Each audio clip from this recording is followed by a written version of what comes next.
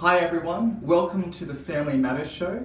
I'm Benjamin Bryant and I'm an accredited family law specialist here at Bryant McKinnon Lawyers. Today I'm joined by my business partner Heather McKinnon, also accredited specialist. My husband and I separated a year ago. We have been trying to avoid involving a lawyer and doing the property settlement process ourselves. But it is not moving as quickly as I wanted to. When should I hire a lawyer? If I do hire a lawyer, what are the benefits I can get? Great question. Asking a lawyer. So the usual process that you and I would go through is that we see a person to give them initial advice about what their expectations should be in relation to property settlement, including how long to negotiate before litigating, what the costs might be, what the various models are of dispute resolution. Mm-hmm. And people normally go away with that information, and we would only see half of the people having to come back to get us involved further. So in this question, it's probably a fairly normal scenario in that one party to the breakdown of the relationship isn't quite as further advanced than the other. So you get this tension where one person just wants to close the door and move on, and the other person's struggling with how to disentangle themselves emotionally mostly and financially. So the usual timeframes I think we would give people is that normally within about 3 months of separation, most people are emotionally tough enough to start talking about money. Yes.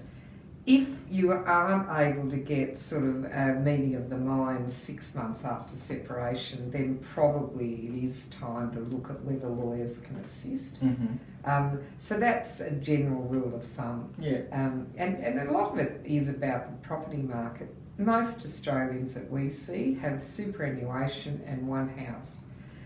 They quickly decide that they've got to sell the house. They might not know how to divide it, but in a market that cools, there's not much point getting lawyers involved if you haven't got a buyer. So we often say to people, look, when you sell the house, come back. There's practicalities or logistics before the legalities. Yeah.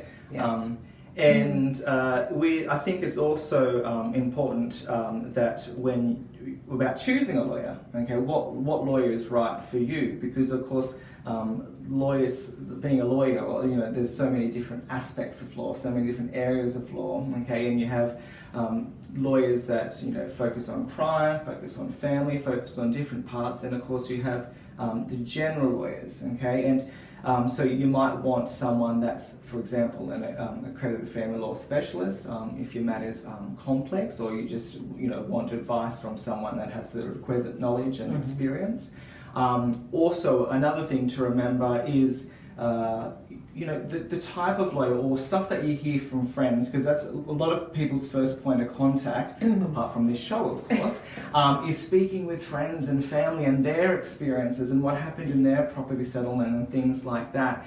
And a lot of people, if separation's relatively recent, they will base their assessment sometimes on how much revenge or how much of an impact they can have on the other party, and that'll show them. Do you know what I mean? Go for the jugular. But what we find in most matters is, of course, that especially financial matters, is that they're settled by consent.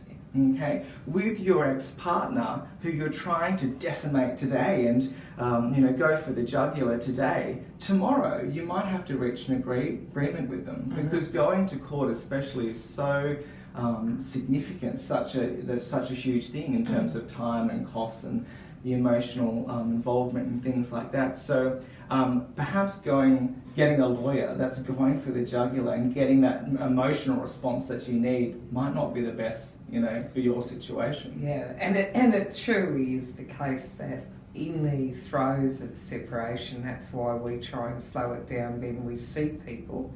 We give them very comprehensive advice, and we suggest that they come back in a couple of weeks' time or in a few months' time once the dust's settled a bit. because the worst time to go and negotiate is when everyone's really in a heightened emotional state. Yeah, and that kind of shares the same intention that we have with this show, in the sense of trying to empower people to make informed decisions. Yeah. So just getting enough information, not necessarily taking them down a path or putting them on a train, that they can't stop, Yeah. but just giving them the tools and the knowledge to be able to navigate their situation at that moment.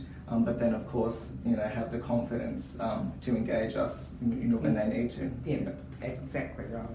So we do this show on the first Tuesday of every month. The next show will be on Tuesday, the 5th of March at 12 noon. And I think we're back answering more questions. Before I go on holidays. Answering some more questions of yours. If you do have any questions, please, of course, email it through to us at familymatters@bryantmckinnon.com.au or shoot us a message on Facebook. All right, bye for now.